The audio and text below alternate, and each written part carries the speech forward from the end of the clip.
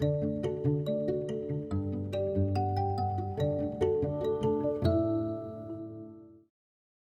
everyone. Thank you for joining us in this session of Spokane Public Schools Keep Learning series for literacy. Today's lesson is for all our fifth graders out there, and any child who is interested is welcome to join us. My name is Mrs. Rich, and I'm a fifth grade teacher at Woodridge Elementary in Spokane Schools. I will be your teacher today. I'm so glad you are participating with me today.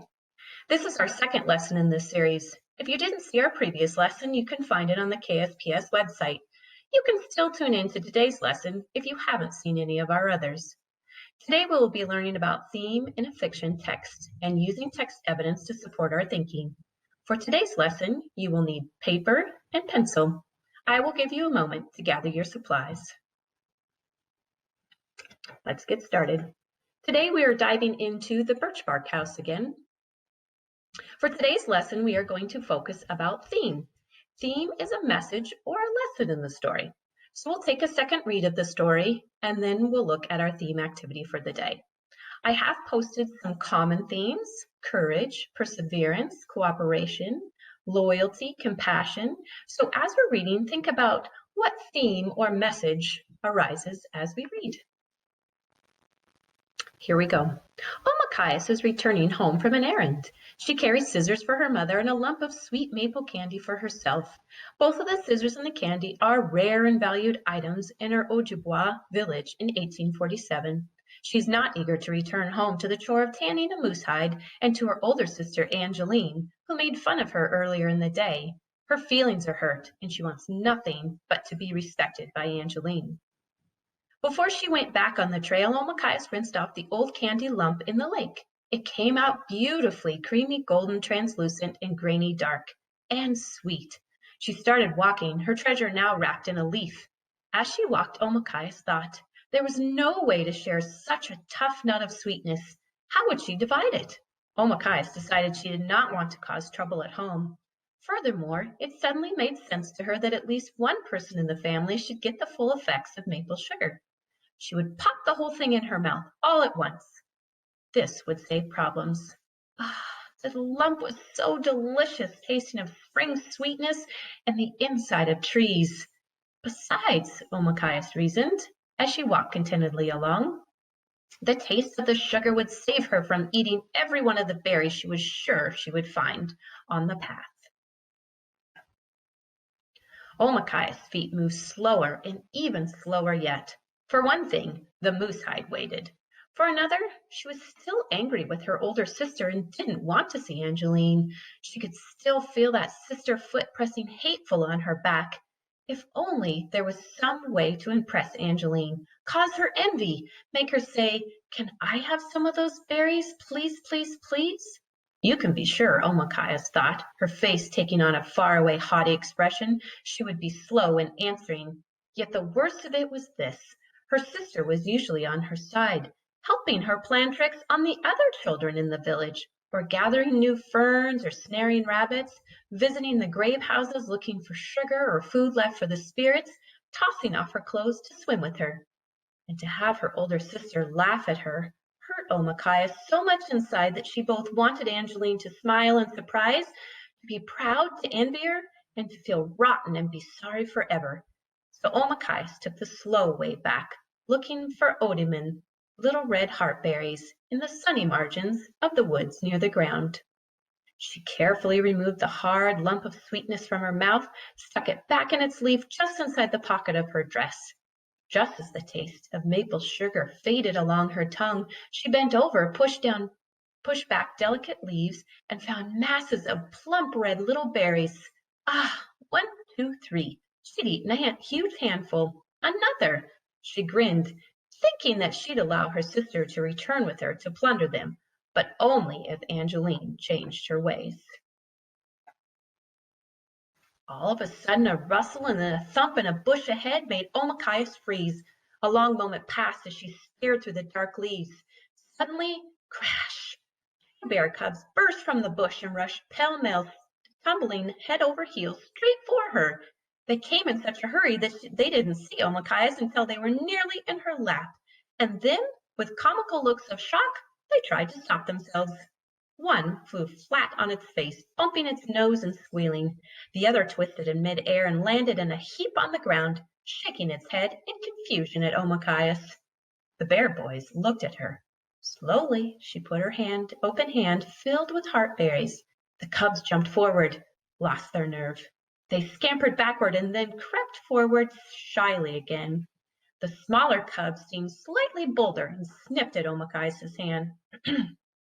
The bear cub took one berry, then jumped away in seeming fright at its own bold act. But the taste of the berry seemed to banish fear. The two now tumbled at her, growling mock ferocious. Their long pink tongues touched up every berry from her hands, eagerly flicking them from her fingers as fast as she could pick. They seemed to like the game. It could have gone on for hours, that is, until she stood upright. Then they tumbled backward in alarm. Their chubby bottoms rolled them over like playing balls, and she laughed out loud. She realized they had thought Omachias was their own size. They were astonished the same way Omachias had been the first time she saw the traitor cadet unfold a seeing glass, something he called a telescope, a long shiny tube that grew in his hands. She bent down. "On me, little brothers," she said to them kindly, and they came forward. So before we begin this page, I want you to think, have you found a lesson yet? Or do we need to still keep reading before we make a decision on a theme that you've come up with? She looked around. No mother bear. Omachias was well aware that she shouldn't stay so close to these cubs, but after all, they seemed deserted. She looked around again. They were orphans. Perhaps the mother bear's skin was now draped across old Tallow's bed, although she hadn't heard about a recent kill. But still, no mother bear in sight. And these little ones so hungry. Wouldn't her big sister be thrilled when Omachias returned with these two new brothers? Eagerly, Omachias began to plan out her triumphant walk back to the house. She would enter the little clearing with the cubs, one at her heels and one before her. Everyone would make way, impressed. She would lead the bear cubs around the fire 4 times before she presented one of them to Angeline, who would look at her with new respect. There was no warning. One moment, Omachias was wiggling a leafy stick, making it move on the ground so the cubs would jump on it, fighting fiercely. Then, next moment, she found herself flipped over on her back and pinned underneath a huge, powerful, heavy thing that sent down a horrible stink. It was the sow bear, the mother, breathing on her a stale breath of decayed old deer hides and skunk cabbages and dead mushrooms. Oh, the surprising thing was, Omachias realized later, that although she had no memory of doing so, she had the scissors out of their case and open, the sharp ends pointing at the bear's heart. But she didn't use them as a knife. She knew for certain that she should not move. If the bear began to bite and claw, she would have to plunge the tip of the scissors straight in between the bear's strong ribs, use all of her strength, sink the blade all the way to the rounded hilt, and then jump clear, if she could, while the bear went through its death agony. If she couldn't get clear, Omachias knew that she would have to roll up in a ball and endure the bear's fury. She would probably be clawed from head to foot, bitten to pieces, and scattered all over the ground. And I'm always so impressed with the detail they have at this point, because I wouldn't necessarily know all those details, but obviously she had been given several lessons on what happens when she meets a bear in the woods. Until the mother bear made her first move, Omachias knew she should stay still, or as still as possible, given the terrified jumping of her heart. For long moments, the bear tested her with every sense, staring down with her weak eyes, listening, and most of all, smelling her. The bear smelled the morning's moose meat stew Omachias had eaten, the wild onion seasoning, and the dusty bit of maple sugar from old tallow stuck to the inside of her pocket. How she hoped the bear did not smell the bear-killing dogs or the bear claw that swung on a silver loop from old Tallow's earlobe. Perhaps the bear smelled the kind touch of Grandma and Mama's bone and sprucewood comb, her baby brother's cuddling body, the skins and mats she had slept in, and little Pinch, who had whined and sobbed the night before. The bear smelled on Omachias' skin the smell of its own cousin's bear grease, used to ward off mosquitoes. Fish from the night before last night, the berries she was eating. The bear smelled all. Omakais couldn't help but smell her back. Bears eat anything, and this one had just eaten something ancient and foul. Hein! Omakais took shallow breaths. Perhaps it was to take her mind off the scent of dead things on the bear's breath that she accidentally closed the scissors, shearing off a tiny clip of bear fur, and then, to cover her horror at this mistake, started to talk. I love the expression on her face. "Nokomis," she said to the bear, calling her grandmother. "I didn't mean any harm. I was only playing with your children. Gawin onjada. Please forgive me." The bear cuffed at Omakaias, but in a warning manner, not savagely to hurt. The bear leaned back, nose working as though she could scent the meaning of the human words. Encouraged, Omakaias continued. "I fed them some berries. I wanted to bring them home to adopt them, have them live with me at my house as my little brothers. But now that you're here, grandmother, I will leave quietly. These scissors in my hands are not for killing, just for sewing. They are nothing compared to your teeth and claws."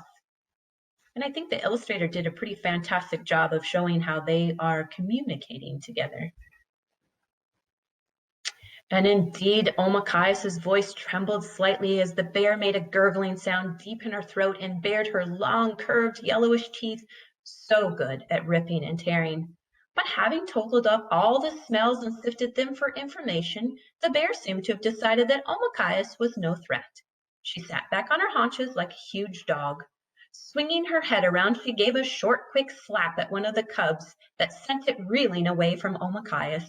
It was as though she were telling them they had done wrong to approach this human animal and should now stay away from her. Omakai's heart squeezed painfully. Even though it was clear her life was to be spared, she felt the loss of her new brothers. "I wouldn't ever hurt them," she said again.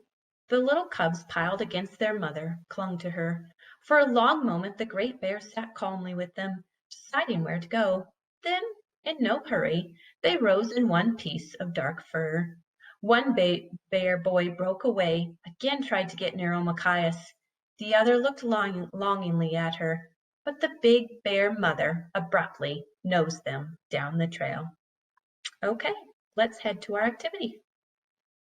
Okay, so we are working on theme, and hopefully as I read the story, you were able to come up with some ideas of what lesson the author thought you should be learning or a moral to the story. So as we're looking at theme, we're looking at what does the character do? What does she say? And what is the lesson learned? So on your paper, you will get started as I have. The theme of Birchbark House is, and that's when you fill in your idea. Now, I was thinking of a few examples. Courage, was there text support to support that idea? Responsibility, kindness, bravery. So you decide if one of those fit your idea of theme or if you need to come up with your own based on the text support.